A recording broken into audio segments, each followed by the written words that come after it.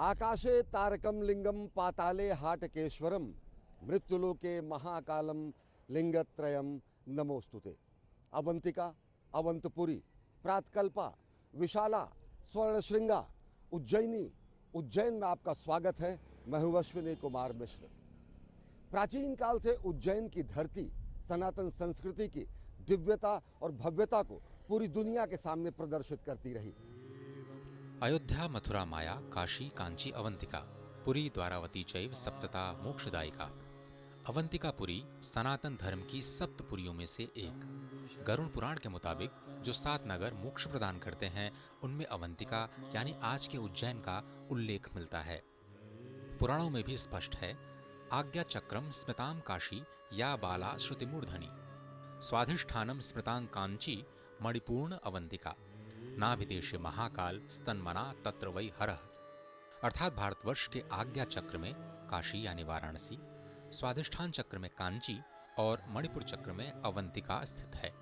और नाभिदेश में स्वयं भूत भावन भक्तवांशा कल्पतरु श्री महाकालेश्वर भगवान शिव विद्यमान है।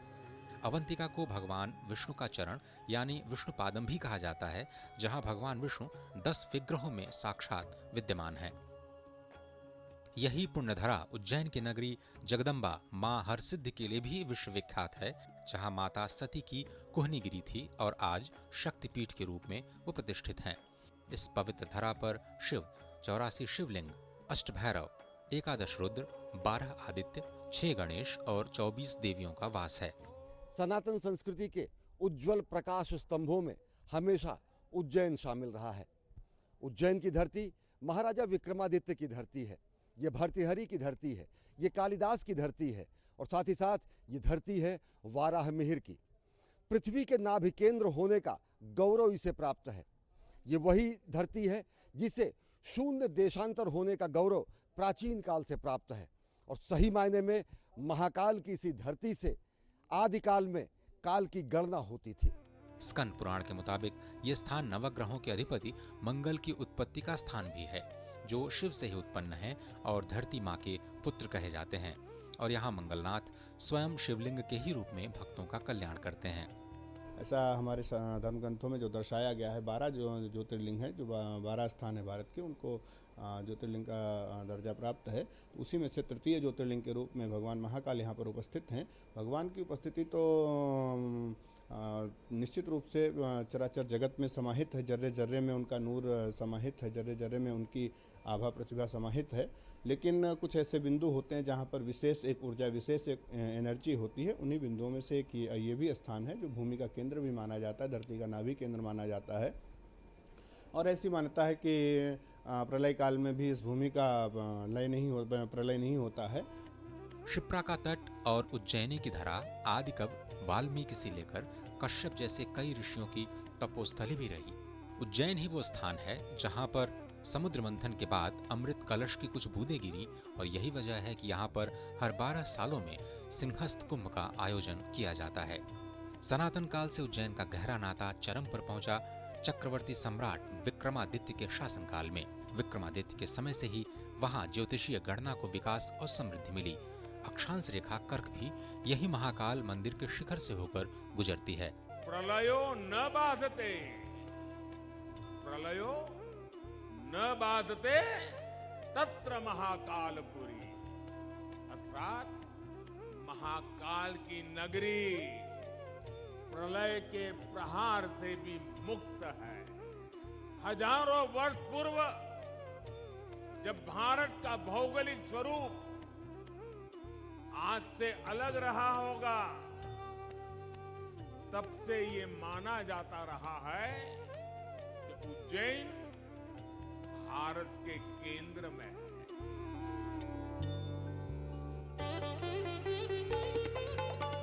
अवंतिकायां विहितावतारं मुक्ति प्रदानाय च सज्जनानाम् अकाल मृत्योः परिरक्षणार्थं वन्दे महाकाल महासुरेशं, वन्दे महाकाल महासुरेशम्।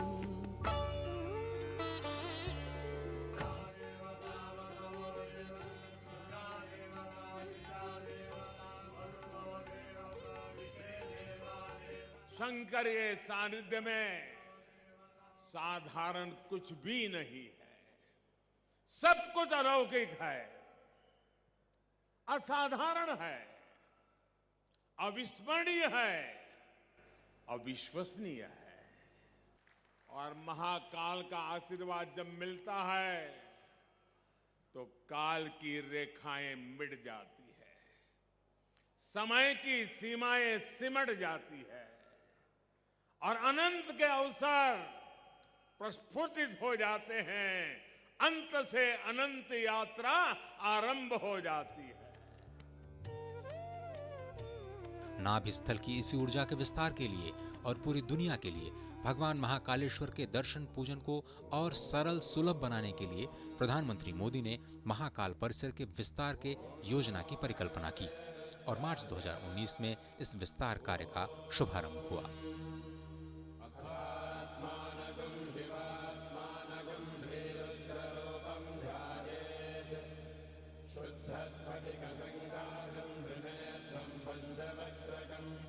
कोरोना जैसी महामारी और तमाम मुश्किलों के बावजूद दिन रात अथक प्रयासों से किए गए इसी योजना के पहले चरण का काम अब पूरा हो चुका है और इस तरह से देश को मिला नव्य, भव्य, अद्वितीय, अलौकिक महाकाल लोक। महाकाल महाकाय, महाकाल जगतपते, महाकाल महायोगिन, महाकाल नमोस्तुते। महाकाल के लोक की 2016-2017 में संकल्पना होती है और ये साक्षात स्वरूप धारण करता है। ये संकल्पना साकार होती है साल 2022 में। सही मायने में ये त्वदीयाय कार्याय बद्धा कटियम के महामंत्र को लेकर चल रहे राष्ट्र की एक कार्यांजलि है भगवान शिव को। सही मायने में ये एक संकल्प की सिद्धि है। शिवमय ये लोक अद्भुत और विहंगम है। यहाँ बने भित्ति चित्र शिव की पौराणिक कथाओं से प्रेरित हैं। इसे चारों ओर खुला बनाया गया है और पिनाकी, शंख, नंदी और नीलकंठ द्वार बनाए गए हैं। नंदी मुख्य द्वार है और यहाँ से प्रवेश करने पर 108 स्तंभों और महाकाल की प्रतिमा के साथ कमल सरोवर के दर्शन होंगे। संस्कृति और अध्यात्म का अद्वितीय संगम है महाकाल लोक। आने वाले श्रद्धालुओं के लिए और भी सुविधाजनक होगा ये नया लोक। इसे रुद्र सागर के चारों ओर विकसित किया गया है। करीब 900 मीटर से ज्यादा लंबा ये महाकाल कॉरिडोर लोगों को सीधे गर्भगृह तक ले जाएगा। परिसर में नटराज, गणेश, कार्तिकेय, दत्तात्रेय अवतार, सप्तर्षि की प्रतिमाएं स्थापित हैं, तो वहीं शिव सती और समुद्र मंथन के दृश्य भी उकेरे गए हैं। इस पूरे नवनिर्माण से मंदिर सुव्यवस्थित हो गया है। महाकाल का महालोक अपने आप में वास्तु और शिल्प का अद्भुत नमूना है। 900 मीटर से ज्यादा ये लंबा है और साथ ही साथ इसके एक एक दीवार पर शिव पुराण की अनेक कथाएं चित्रित हैं। आप देख सकते हैं कि मेरे पीछे ये जो मूर्ति है ये ताड़कासुर के पुत्रों त्रिपुरासुरों के वध की कहानी को प्रदर्शित करती है। भगवान ब्रह्मा से वरदान पाने के बाद जब त्रिपुरासुर ने पूरे विश्व में आतंक मचाया और समूची मानवता त्राहि करनी पड़ी तो भगवान शिव को साक्षात अवतार लेना पड़ा। उन्हें वरदान था कि विशेष रथ और विशेष अस्त्र से ही उनका संहार किया जा सकता है। तो भगवान शिव ने ऐसे रथ पर वो आरूढ़ हुए जिसके स्वयं ब्रह्मा सारथी थे। ऐसा धनुष उन्होंने बनाया जो कि सुमेरु पर्वत से बना था। प्रत्यंचा जिसकी सरपराज वासुकी की थी। बाण के रूप में स्वयं यमदेव थे और साथ ही साथ इसके जो रथ के पहिए थे वो सूर्य और चंद्र द्वारा संचालित थे। और इस अद्भुत रथ पर आरूढ़ होकर उन्होंने त्रिपुरासुर के संहार का जो स्थान चुना वो स्थान उज्जैन ही रहा। तो ऐसी अनेक कथाएं, अनेक शिव की महिमा को वर्णित करते हुए अनेक पुराणों के संदर्भ यहाँ के भित्ति चित्रों पर बेहद खूबसूरत तरीके से उकेरे गए हैं। प्रधानमंत्री ने कहा कि ब्रह्मांड की ऊर्जा को ऋषि मुनियों ने उज्जैन में स्थापित किया था। मालवा के सांस्कृतिक वैभव मराठाओं के शासन में पुनर्जागृत हुआ था। उससे पहले उज्जैन नगरी के वैभवशाली अतीत पर कई आक्रमण भी हुए। प्रधानमंत्री ने उज्जैन महाकाल लोक को राष्ट्र को समर्पित करते हुए कहा कि राष्ट्र की पहचान तभी है जब सांस्कृतिक पहचान उत्कर्ष पर हो। महाकाल लोक की ये भव्यता भी समय की सीमाओं से परे आने वाली कई पीढ़ियों को अलौकिक दिव्यता के दर्शन कराएगी। भारत की सांस्कृतिक और आध्यात्मिक चेतना को ऊर्जा देगी। मैं इस अद्भुत अवसर पर राजाधिराज महाकाल के चरणों में शत शत नमन करता हूं। संतों की नगरी उज्जैनी से देश भर में 13 अखाड़ों और 140 से ज्यादा संप्रदायों के संत विभूतियों ने इस कार्यक्रम में हिस्सा लिया और अद्भुत संतोष भी व्यक्त किया। हम सभी के लिए एक ऐतिहासिक अवसर है। ऐसा दिव्य अवसर युगों में संपन्न होता है। इसके लिए हम नरेंद्र मोदी जी, आदरणीय प्रधानमंत्री जी का समस्त साधुजनों ने हृदय से साधुवाद दिया है। यहाँ पर आप देख पाएंगे आसपास की जो छटा है उसके अंदर ये स्पष्ट है कि महादेव का जिस प्रकार से कैलाश में लोक है उसी प्रकार से उज्जैनी के अंदर महाकालेश्वर के पास में ये लोक हुआ है। हमारा महाकाल से विशेष संबंध है, क्योंकि पहले से हमारे महापुरुष विरक्त संत महापुरुष यहाँ पर 4-4 महीना पहले कुंभ से पहले आकर के डट जाते। और ये उज्जैनी नगरी, इंदौर नगरी और ये संदीपनी आश्रम सारे संसार को, विश्व को जो है शिक्षा प्रदान करने वाले कृष्णम वंदे जगत गुरु, ऐसे जगत गुरु की जो है ये विद्यास्थली। आज उसमें जहाँ महाकाल के दर्शन हो रहे हैं वहाँ सारे संप्रदायों के एक साथ दर्शन, उनके आचार्यों के एक साथ दर्शन। भगवान महाकाल यहाँ विराजमान हुए अनादि काल से, तब से लेके आज तक भगवान महाकाल की नगरी में इतना भव्य पैमाने पर भगवान के लिए उनके आंगन का जो निर्माण हुआ, उनके आंगन की जो सुंदरता बनी है, हम समझते हैं कि इससे पहले कभी हुआ नहीं। ये नगरी भगवान महाकाल की कृपा से ही अन्न और जल ग्रहण करती है। यहाँ कोई बहुत बड़ा व्यवसाय नहीं है। संभवतः ये नगरी अब पर्यटक क्षेत्रों में मानी जाएगी और जो यहाँ गरीब परिवार निवास करते हैं शायद उनको अच्छे से यहाँ व्यवसाय मिल पाएगा। संपूर्ण ब्रह्मांड के एकमात्र दक्षिणामुखी दक्षिण दिशा में काल के भी स्वामी महाकालेश्वर अपनी प्रातःकालीन भस्मारती की अद्वितीय ऊर्जा के लिए भी जाने जाते हैं। इस सनातन परंपरा का दायित्व निभाने वाले महानिर्वाणी अखाड़े के महंत ने भी इस विस्तार कार्य पर संतोष जताया। महाकाल लोक का जो पूरा निर्माण है ये निश्चित रूप से बहुत ही हमारी वैदिक और ऐतिहासिक पद्धति को, हमारी संस्कृति को दर्शाता है। तो निश्चित तौर पर आने वाली पीढ़ियों को यहाँ से भगवान शिव के विषय में और साधना के विषय में जानने को बहुत कुछ मिलेगा। उधर प्रधानमंत्री ने विश्वास जताया कि भारत का सांस्कृतिक दर्शन एक बार फिर से शिखर पर पहुंचकर विश्व के मार्गदर्शन के लिए तैयार हो रहा है। किसी राष्ट्र का सांस्कृतिक वैभव इतना विशाल तभी होता है जब उसकी सफलता का परचम विश्व पटल पर लहरा रहा होता है। और सफलता के शिखर तक पहुंचने के लिए भी ये जरूरी है कि राष्ट्र अपने सांस्कृतिक उत्कर्ष को छुए, अपनी पहचान के साथ गौरव से सर उठा करके खड़ा हो जाए। पर्यटन के क्षेत्र के अंदर विकास हो, इसके लिए माननीय मोदी जी, शिवराज जी ने जो प्रयास किए हैं उसकी पूरे देश और दुनिया में सराहना हो रही है। इसमें जमीन आसमान का अंतर है। मोदी जी और हमारे मुख्यमंत्री माननीय शिवराज जी के सहयोग से यहाँ पर बहुत अच्छा कर दिया है। पहले ये झील क्या बहुत ही छोटा सा और कूड़ा करकट ढेर रहता है, इसमें बहुत ज़्यादा स्लेट थी और गंदगी पड़ी रहती थी। आज ये वाकई में बहुत रमणीक स्थल बन गया है। यहाँ तो बस अब लोग रोज ही आएंगे, क्योंकि यहाँ क्या है, इतना अच्छा माहौल है और इतना जो पहले एरिया था उसका इतना ज़्यादा बड़ा एरिया कर दिया, घूमने की भी जगह बढ़ गई है बहुत ज़्यादा। देख सकते हैं कि कितना आह्लादित है यहाँ पहुँचे हुए श्रद्धालु, यहाँ के निवासी, और साथ ही साथ यहाँ पर मेले सदृश पूरा वातावरण है। यहाँ लग रहा है कि जैसे दीपावली के पहले ही दीपावली आ गई है, क्योंकि इसके पहले शिवार्पण हुआ महाकाल के इस लोक का। लोगों में ज़बरदस्त उत्साह है और साथ ही साथ उन्हें इस बात का विश्वास है कि नए तरीके से उज्जैन की महिमा और गरिमा को, उसकी आत्मा को सजो के विस्तारित किया जा रहा है और उसे और पूर्णता प्रदान की जा रही है। महाकाल परिसर का निर्माण कार्य उज्जैन की स्मार्ट सिटी परियोजना के तहत किया जा रहा है। दूसरे चरण का काम भी लगातार जारी है, जो उज्जैन शहर और आसपास के इलाके की काया पलट कर रहा है। उज्जैन के डीएम आशीष सिंह जी हमारे साथ हैं।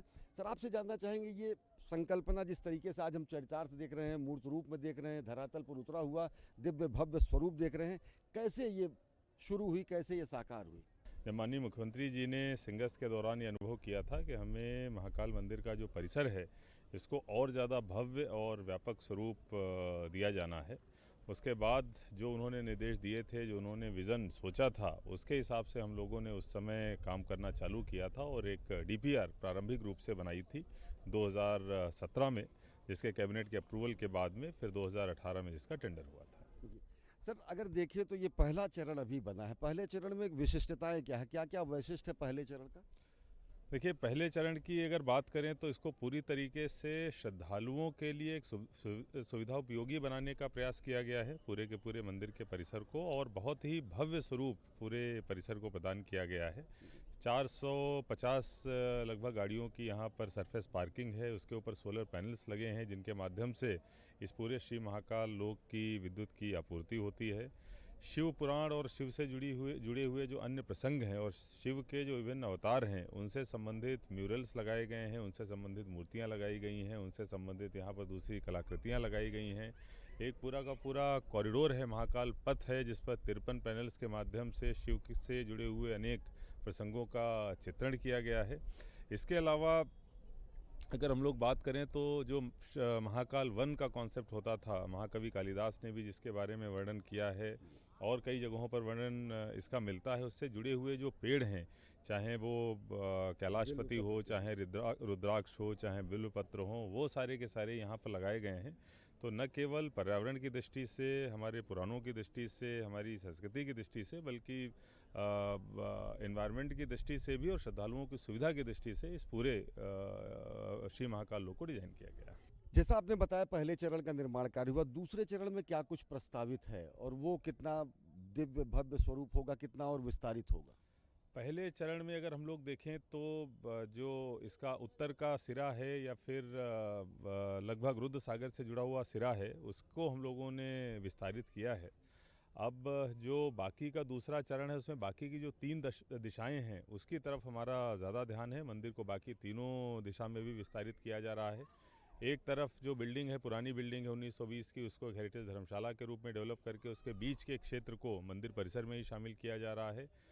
सामने की तरफ हम लोग एक कॉरिडोर बढ़ा रहे हैं जिससे कि श्रद्धालुओं को आने में बहुत सुविधा होगी। सिंहस्थ की आपने बात की, अगर देखें तो पिछले सिंहस्थ में इसकी परिकल्पना संकल्पना हुई, क्या मानते हैं अगले सिंहस्थ को लेकर ये पूरा का पूरा आधारभूत संरचना एक विलक्षण क्षमतावान आयोजन के लिए आपको सुसज्जित करता है? देखिए, निश्चित रूप से इसकी जो हम लोगों ने डिज़ाइन करी है और माननीय मुख्यमंत्री जी की भी जो मंशा थी वो यही थी कि न केवल सामान्य दिनों के लिए, विशेष अवसरों के लिए और ख़ासतौर पर सिंहस्थ के लिए भी हम लोग एक दृष्टिकोण रखें इसके विकास के समय। इसलिए जितनी भी चीज़ों को हम लोगों ने डिज़ाइन किया उसमें सिंहस्थ निश्चित रूप से हमारे कहीं न कहीं ध्यान में, संज्ञान में रहा है। और न केवल आगे आने वाला सिंहस्थ बल्कि उससे आगे आने वाले भी जो 2-3 सिंहस्थ हैं उनमें जितने भी संख्या में श्रद्धालु आ जाएं, हमारी व्यवस्थाएं, हमारी जो संरचनाएं विकसित हो रही हैं, आराम से सभी को हम लोग बहुत सुविधाजनक ढंग से न केवल दर्शन करा पाएंगे बल्कि एक अलग एक्सपीरियंस लेके सभी श्रद्धालु यहाँ से जाएंगे। यहाँ के विस्तार कार्य का लाभ मंगलनाथ धाम के विस्तार, सांदीपनी आश्रम के सौंदर्यीकरण, विभिन्न आश्रमों को सुगम बनाने तक भी पहुँचा है और क्षिप्रा तट के सौंदर्यीकरण से लोग अभिभूत हैं। इस वक्त मैं उज्जैनी की पवित्र धरा पर माँ क्षिप्रा के तट के किनारे हूँ। ये वो क्षिप्रा माँ जिसको पुराणों में भगवान श्री वराह के हृदय से उत्पन्न नदी माना जाता है और ये बहुत ही पवित्र घाट है। इस घाट का नाम है राम घाट। राम घाट कहा जाता है कि वही घाट है जहाँ पर भगवान श्री राम ने स्वयं यहाँ पर आकर के अपने जो पिता हैं उनके लिए श्राद्ध किया और इसलिए उन्हीं के नाम पर ये घाट, सबसे प्रसिद्ध घाट अगर हम कहें क्षिप्रा नदी के तट पर तो यही। और ये प्राचीन आप देख रहे हैं, ये आरती स्थल, प्राचीन श्री क्षिप्रा आरती स्थल, जहाँ पर लगातार जो श्रद्धालु हैं उनके आने जाने का जो सिलसिला है वो बना रहता है। ये जो आप कॉरिडोर देख रहे हैं, जो दूसरे चरण का काम होना है उसमें यहाँ से लेकर के सीधे महाकालेश्वर के द्वार तक जो पैदल पार पथ है वो बनाया जाना है, जिसको लेकर के तैयारियां लगातार चल रही हैं और उम्मीद ये की जा रही है कि जब ये काम पूरा हो जाएगा तो यहाँ की जो तस्वीर है वो पूरी तरह से बदली हुई नजर आएगी। लेकिन उज्जैन को आध्यात्मिक नगरी के रूप में भी जाना जाता है। महाकाल कॉरिडोर का अपना एक आकर्षण है, लोग उसे देखेंगे और उसमें महाकाल कॉरिडोर में जो बनाया है, रुद्र कलश बनाया है, 108 स्तंभ बनाए हैं और वो रथ बनाया है। तो ये सब ऐतिहासिक पौराणिक कथा के अनुसार उसमें जितना भी बना है सब वास्तुकला और ऐतिहासिक जो पौराणिक है उसके आधार पे बनाया गया है। वो ऐसे ही नहीं बना दिया कि चाहे जो बना दिया। वहाँ नवग्रह बनाए, सप्त ऋषि बनाए हैं, तो जो भी पौराणिक है वो सब उसमें विद्यमान करा उनने। महाकाल कॉरिडोर के दर्शन करने में आदमी को कम से कम डेढ़ घंटा 2 घंटा लगेगा, अगर सही ढंग से अगर वो देखेगा और समझेगा हर चीज़ को। हर चीज़ का अपना एक मतलब है। जो भी वहाँ बना है वो खाली हवा में नहीं बना है, हर चीज़ का वहाँ कुछ ना कुछ मतलब है। तो चूंकि आप राम घाट पर रहते हैं तो हम आपसे राम घाट का मतलब समझना चाहते हैं, यहाँ की महत्ता समझना चाहते हैं, क्योंकि ये सबसे पवित्र घाट जहाँ से सीधे लोग शायद क्षिप्रा माँ में स्नान करके सीधे यहाँ पर पैदल मार्ग से बाबा महाकाल के पास जाना चाहेंगे।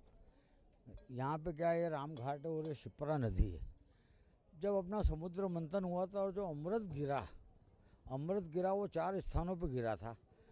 तो जिस जिस जगह वो अमृत छलका उस जगह कुंभ स्नान मनाया जाता है। तो हमारे यहाँ पे वो कुंभ की जगह सिंहस्थ पर्व मनाया जाता है। जब सिंह राशि पे बृहस्पति आके बैठता है, वो गुरु आता है। जब हमारे यहाँ पे 12 वर्ष में वो एक बार योग बनता है, तो 12 वर्ष में एक बार वो सिंहस्थ का योग बनता है और यहाँ पे कुंभ स्नान उस समय पे किया जाता है। पूरे 1 महीने भर का पर्व रहता है। ये होटल लाइन का जो काम है हमारा, यहाँ पे जितनी भी होटलें हैं वो सब बाहर से आए हुए यात्रियों के द्वारा चलती है। तो पहले एक अनुमानित जो हमारे यहाँ पे पब्लिक आती थी उससे दुगनी आएगी, और जो आने वाली पीढ़ी है, जो महाकाल कॉरिडोर बना है, उससे हमारी जो आने वाली पीढ़ी है उनको हमारे शास्त्र के बारे में, हमारे धर्म के बारे में उससे जानकारी मिलेगी। पहले हम जब चलते थे तो सड़कें छोटी छोटी होने के कारण काफ़ी कंजेस्टेड होता था, और जो व्यक्ति दर्शन लाभ के लिए आता था, परिवार के साथ आता था, तो उसको ऐसा लगता था कि अपन यहीं से वापस हो जाएं। अभी क्या हुआ है कि जो कॉरिडोर बना है, जो सफ़र 1 घंटे का था वो मात्र 10 मिनट में और बहुत शानदार रहता है, जनरल पब्लिक घूमने के हिसाब से, चलने फिरने के हिसाब से। और सबसे बड़ी बात, धर्म, संस्कार और संस्कृति, हम हिंदू संस्कृति में पैदा हुए हैं, तो महाकाल राजा का आशीर्वाद तो सभी पर बना हुआ है, और विशेषकर युवा पीढ़ी। अब ये जो आपने देखा कि पिछले 4 सालों में ही ये काम हुआ है, 2019 में शुरू हुआ और अभी चल रहा है, तो थोड़ा सा बदलाव के बारे में बताइए। बहुत कुछ डेवलपमेंट हुआ है उज्जैन को लेकर, सौंदर्यीकरण को लेकर काफ़ी डेवलपमेंट हुआ है उज्जैन में। उज्जैन को सुंदर बनाने के लिए, राम घाट को सुंदर बनाने के लिए, महाकाल लोक का जो निर्माण हुआ है, कॉरिडोर का जो निर्माण हुआ है, इससे बाहर की जो पब्लिक आती है उसको उज्जैन को दर्शन करने में, उज्जैन के बारे में, उज्जैन की पिछली बातों को जानने में बहुत सहायता मिलती है।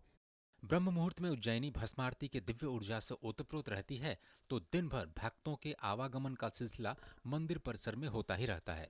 लेकिन महाकाल लोक के निर्माण के बाद अब यहाँ हर रात्रि महाशिवरात्रि की ऊर्जा जैसा आभास देती है। इस नए कलेवर से पूरा शहर उल्लास में है, उत्साह में है। आधुनिक काल में आप महाकाल लोक को भले ही देश के पहले नाइट गार्डन के रूप में याद करें, लेकिन उज्जैन के लिए 11 अक्टूबर यानी महाकाल लोक के महालोकार्पण की रात्रि दिवाली से कम नहीं रही।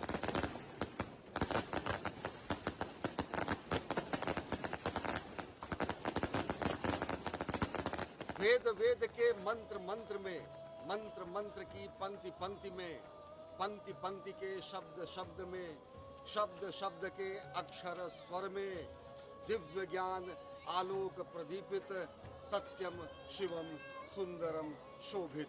वास्तव में महाकाल के इस लोक में आकर लगता है कि सत्यम शिवम सुंदरम की संकल्पना साक्षात साकार हो रही है। इस विशेष कार्यक्रम में फिलहाल इतना ही। मुझे अश्विनी मिश्र और मेरे सहयोगी अजय मिश्र और कैमरा पर्सन स्मृति रंजन मोहापात्रा को दीजिए इजाजत। देश और दुनिया की ताज़ा तरीन खबरों के लिए देखते रहिए डीडी न्यूज़। नमस्कार।